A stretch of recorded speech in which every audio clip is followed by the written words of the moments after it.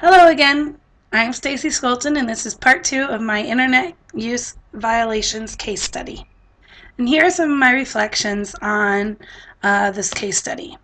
First of all, it asks the question, how did I, as a building level administrator, demonstrate a sense of integrity and ethical behavior that serves as a model for all members of the school community? First off, I contacted authorities and I maintained the documents on the specific case.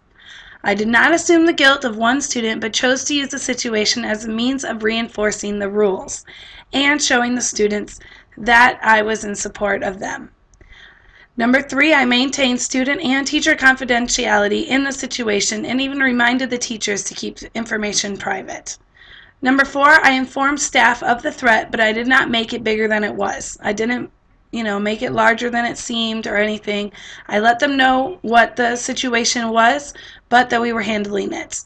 And number five, I allowed open communication among the staff and the students, allowing for students to feel like they are part of the community and staff as well. Second question was, how did I, as a building level administrator, treat people fairly, equitably, and with dignity and respect? I think some of this overlaps, but the 3 things that I would say show that maybe the best would be that 1, I did not immediately accuse anyone of wrongdoing, but I investigated the situation with an open mind. In order to be fair, I think you need to have an open mind and to really look at it, not jumping right away to conclusions and saying this is who did it and this was the person that was wrong, but by doing it, saying we're going to figure out who it is, but we're not going to just immediately assume that we know who it is. The second thing was I supported Ms. Walker and did not belittle her poor teaching skills to the parents or the students.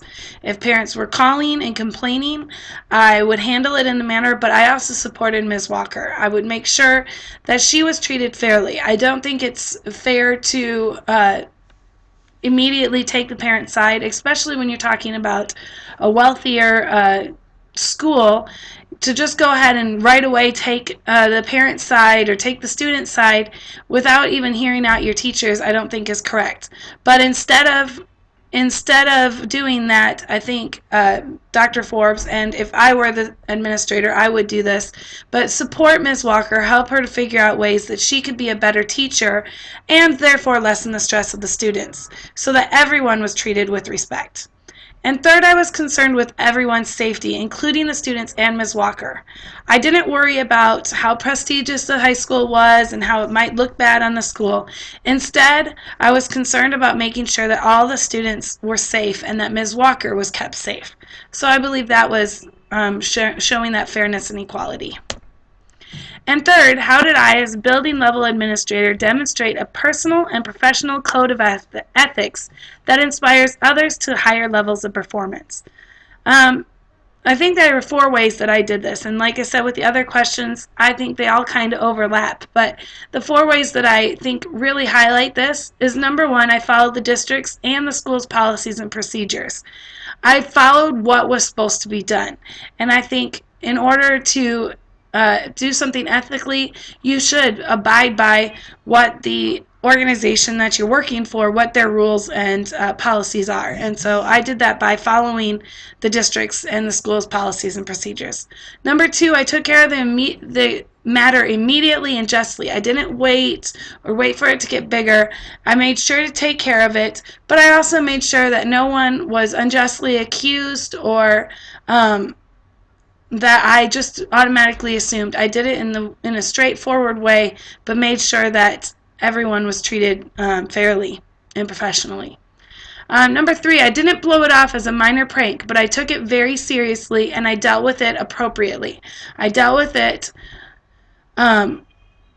right away, and I didn't say, oh, it's just a prank, it's not a big deal. I think that shows that I have concern for my staff and the students, because I didn't make it too big of a deal. I didn't blow it up and say, oh, this is horrible, we got to do something about it.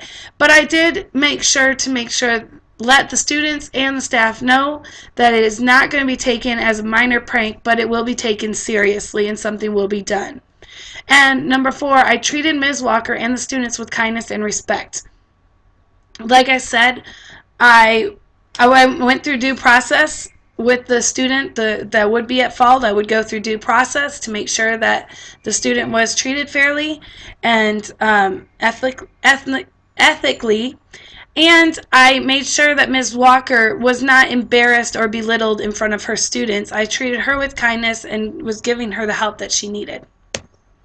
In creating this PowerPoint, I used Google Images to find images, and I also used our textbook, A Teacher's Pocket Guide to School Law, 2nd edition.